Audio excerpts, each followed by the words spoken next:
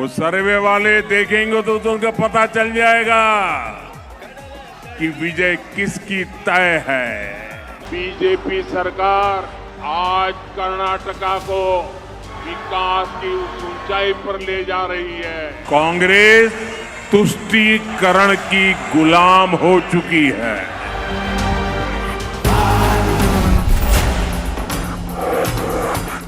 मोदी, मोदी और सिर्फ मोदी।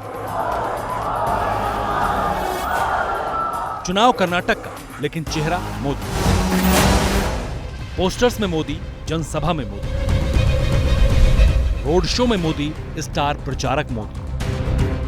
कर्नाटक में करीब 4 साल तक बीजेपी ने सरकार चलाई, लेकिन चुनाव में पार्टी की नैया पार लगाने का जिम्मा पीएम मोदी के कंधों पर ही था। जीत किसकी होने वाली है, ये दृश्य दिखाई दे रहा है। यहां तक कि कर्नाटक में मतदान के दिन लोकल अखबारों में बीजेपी और कांग्रेस के जो चुनावी विज्ञापन छपे थे, इसमें भी ये साफ दिखाई दिया। कांग्रेस ने विज्ञापन में जहां अपनी लोकल लीडरशिप यानी पूर्व सीएम सिद्धारमैया और प्रदेश अध्यक्ष डीके शिवकुमार को आगे रखा था, वहीं बीजेपी के विज्ञापन में पीएम मोदी की फोटो प्रमुखता से दिखाई गई थी। ಜನರ ಪ್ರೀತಿ ಬಿಜೆಪಿಗೆ ಜನರ ನಂಬಿಕೆ ಮೋದಿ जीताली। इसलिए कर्नाटक चुनाव में बीजेपी की हार के बाद अब मोदी विरोधियों के निशाने पर आ गए हैं। कांग्रेस तो इसे मोदी की हार बता रही है। कांग्रेस की जीत आज जो निर्णायक जीत है वो प्रधानमंत्री की निर्णायक हार है, क्योंकि प्रधानमंत्री के अलावा और कोई चेहरा दिखाई नहीं दिया। नड्डा साहब ने कहा अगर आप कांग्रेस को वोट देंगे तो प्रधानमंत्री का आशीर्वाद नहीं होगा। प्रधानमंत्री खुद डबल इंजन की बात करते रहे।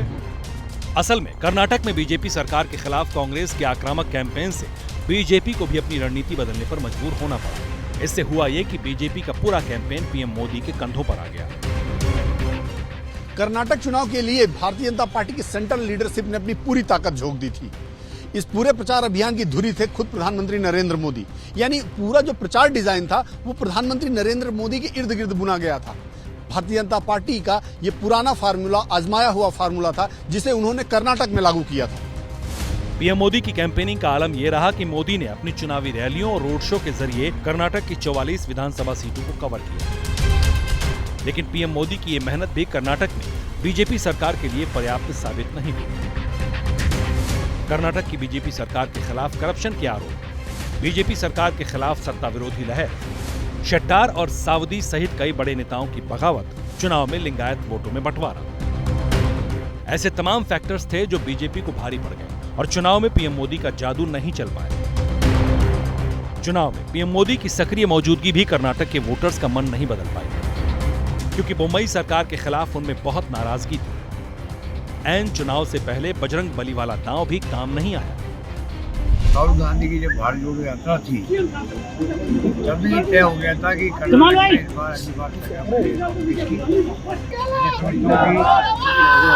उसका एक मैसेज था, और जो करप्ट गवर्नमेंट बना वो करप्ट गवर्नमेंट के बारे में जारी। भारतीय जनता पार्टी ने बजरंग दल को बजरंग बली बनाया था। बजरंग बली है, साधारण इंसान उसको मुकाबला नहीं कर सकता। जहाँ भ्रष्टाचार होगा, जहाँ पाप होगा, तो बजरंग बली को जो गदा है उन्हीं पे पड़ता है। ये हार जो है वो नरेंद्र मोदी की हार है। बीजेपी समर्थक अक्सर विपक्ष पर यह कहकर तंज कसते रहे हैं कि मोदी नहीं तो कौन।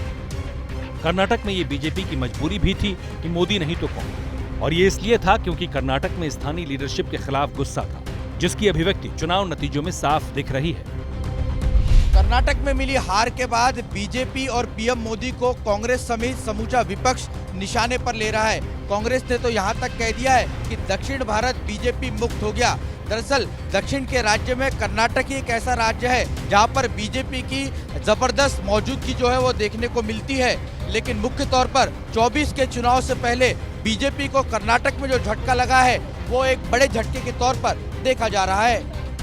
वैसे कर्नाटक में एक चुनावी रिकॉर्ड कायम रहा है, और वो ये कि यहाँ 1985 के बाद सरकार में रहने वाली पार्टी फिर से सत्ता में नहीं आ पाई।